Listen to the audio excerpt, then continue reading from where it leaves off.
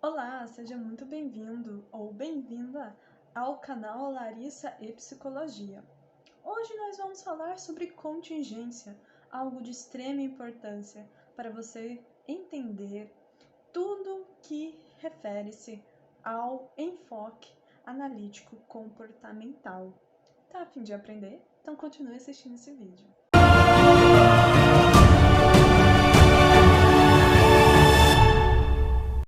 Bom, antes da gente começar, é importante a gente compreender que a análise do comportamento, para analisar um comportamento, observar a sua função, é importante que a gente saiba sobre contingências, porque é ela que vai dar o sustento para fazer análises funcionais. O que é uma análise funcional?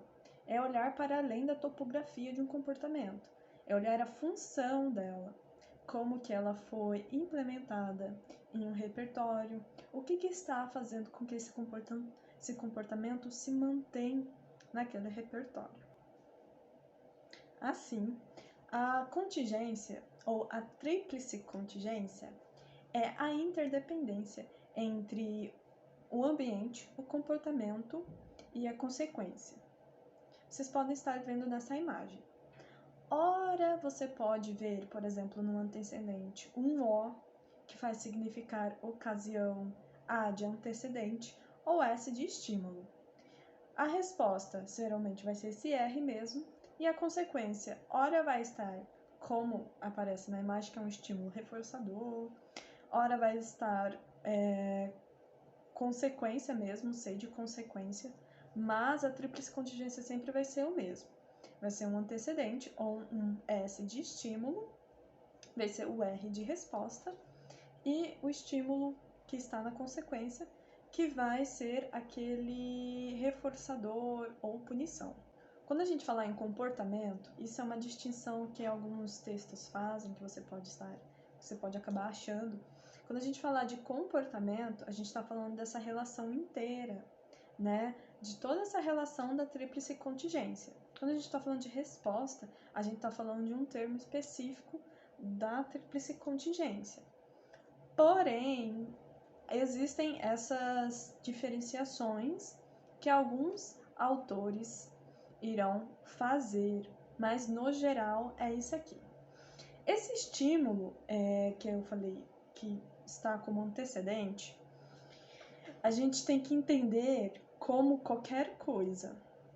Pode ser desde um objeto até uma situação, como também meu próprio organismo.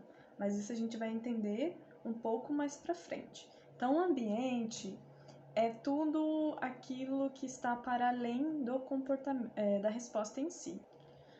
A resposta vai ser a emissão de ações do sujeito. E ação pode ser desde pensamento, desde ação literal. E a consequência serão aqueles estímulos que aumentam ou diminuem a probabilidade de um comportamento vir a ocorrer. Gente, começou a chover aqui, então se você ouvir algum barulho, é a chuva. Mas vamos dar continuidade. Eu trouxe essa charge aqui do Arionauro para você dar uma olhada. Só lembrando que a fonte das coisas que tudo que eu falar aqui vai estar na descrição do vídeo. Então, bora lá. Eu vou estar olhando para cá porque eu vou estar olhando a imagem, tá, galera? Vamos lá. Nós vemos alguém andando, né, na rua com o celular e ele comenta a seguinte frase: não consigo parar de navegar nas redes sociais. Como que a gente poderia aplicar aí a análise do comportamento? Lembrando que isso é um recorte, então é complicado fazer uma análise funcional, literalmente, aí, de algum comportamento. Mas é mais para ilustrar para você como seria aplicada essa tríplice contingência em um caso.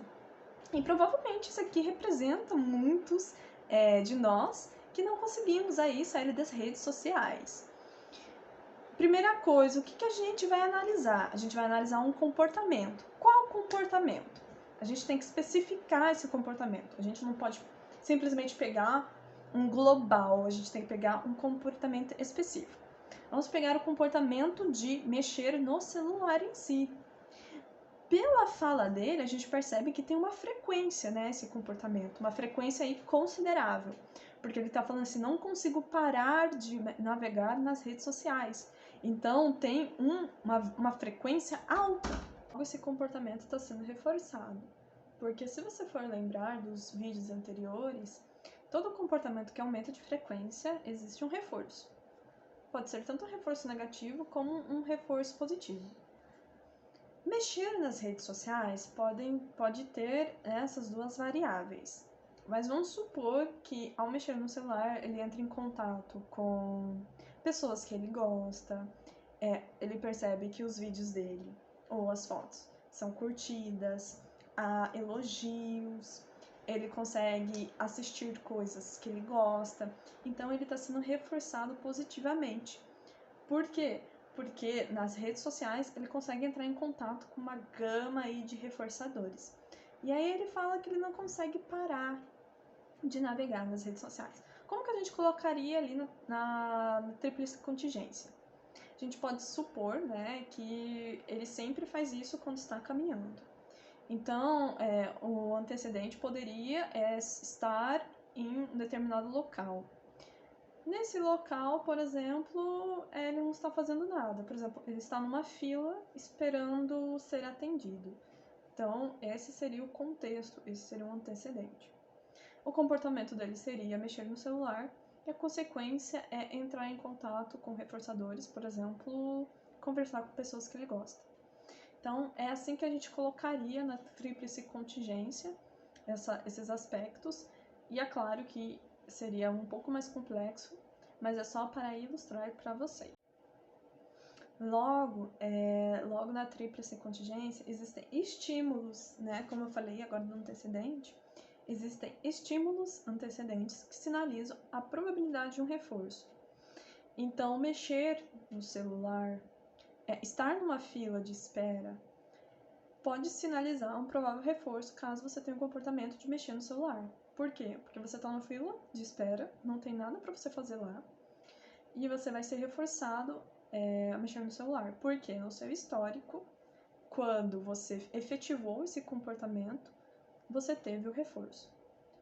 Então, é uma consequência ali, né? Porque é a consequência que vai manter o comportamento. Então, esse comportamento foi implementado e ele percebeu que ele foi reforçado. Por exemplo, quando o rato cheirava a barra, ele era reforçado, se a gente for lembrar dos experimentos da caixa de Skinner.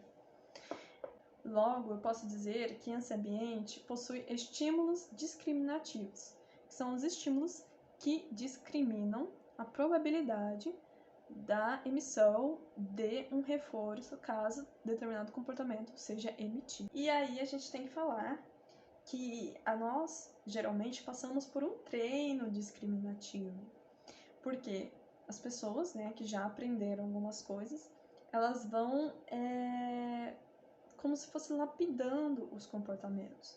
Então a gente passa por um treino discriminativo, ou seja, a gente consegue discriminar nas situações, nos ambientes, qual comportamento vai ter a probabilidade de reforço e qual não vai ter. Isso você pode aprender por contingência, aprender por regras, isso é um pouco mais abrangente. Por exemplo, essa imagem aqui do gato que eu coloquei para vocês. A fonte é Perito Animal. Vamos pensar nela.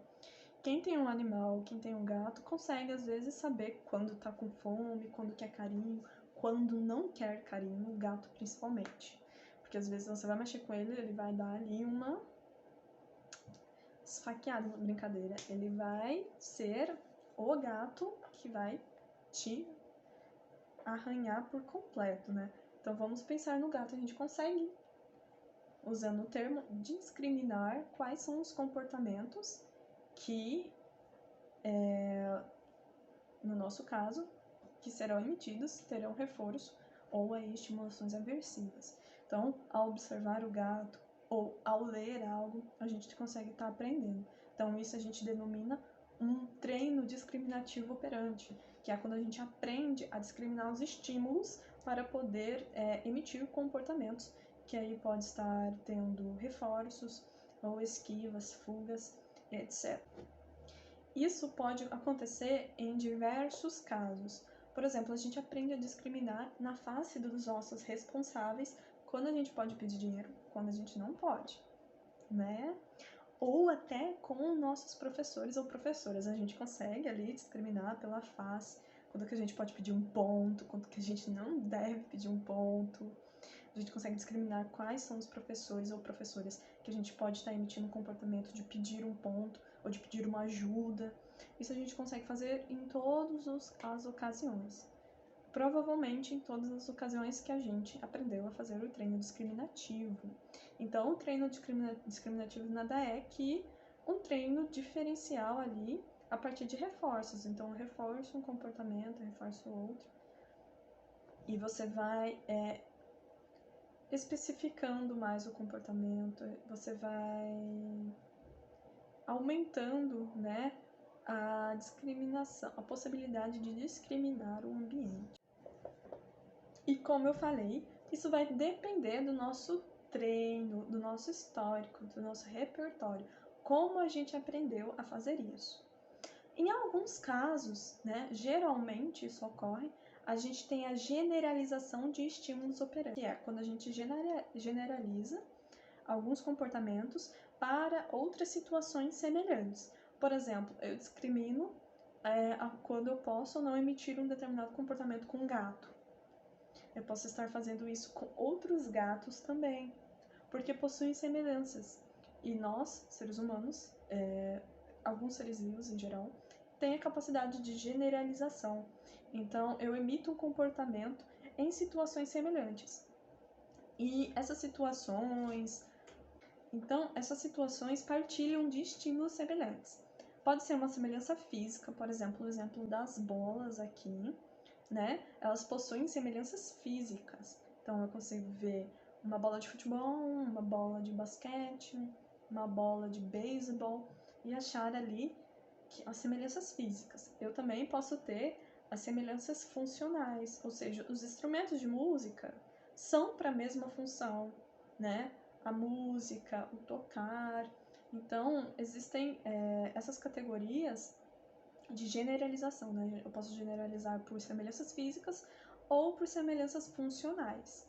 E aí vai depender do nosso treino aí, nossa aprendizagem. Um outro exemplo é quando você aprende que na sua cidade, se você fazer assim com a mão, você consegue fazer com que o motorista pare o ônibus e você entre nele. Às vezes, se você estiver em outra cidade, você pode generalizar esse comportamento. Porém, é claro que pode ser que naquela outra cidade isso não aconteça. Aí você vai passar para mais um treino, mas geralmente existe a generalização. O que na sua vida você consegue perceber que existem generalizações? Vamos pensar aí um pouquinho, porque às vezes você vai conseguir adquirir esse conhecimento e perceber que você às vezes está emitindo comportamentos que você aprendeu, né? Aprendendo uma situação X, está aplicando ela numa situação Y, né? Isso vai depender, como eu falei, da sua história. E para finalizar essa introdução aí no termo de contingência, a gente pode analisar essas 3 imagens, que a gente consegue discriminar, por exemplo, músicas. Você provavelmente consegue diferenciar uma música de outra música, um estímulo de outro estímulo. Quais músicas? Por exemplo, quando eu era mais nova, eu sempre confundia algumas músicas, alguns cantores. Achava que uma música era do outro. Aí eu passei por um treino em que eu consegui fazer a diferenciação. A gente consegue discriminar, às vezes, por diversos estímulos, ou pela posição do sol, que horas são. A gente consegue discriminar na face de alguém, quando essa pessoa está brava, quando essa pessoa está triste. Isso tudo por um treino. Então foi isso, galera. Esse foi o vídeo de hoje. Uma pequena introdução à contingência. Nos próximos vídeos nós iremos abordar diversos assuntos. Lembrando que você pode estar me seguindo no TikTok, no Instagram. No Instagram existe um link que você vai ser direcionado para outros links. Compartilhe esse vídeo, curta, comenta e fique à vontade para fazer perguntas. Obrigada por assistir. Até a próxima!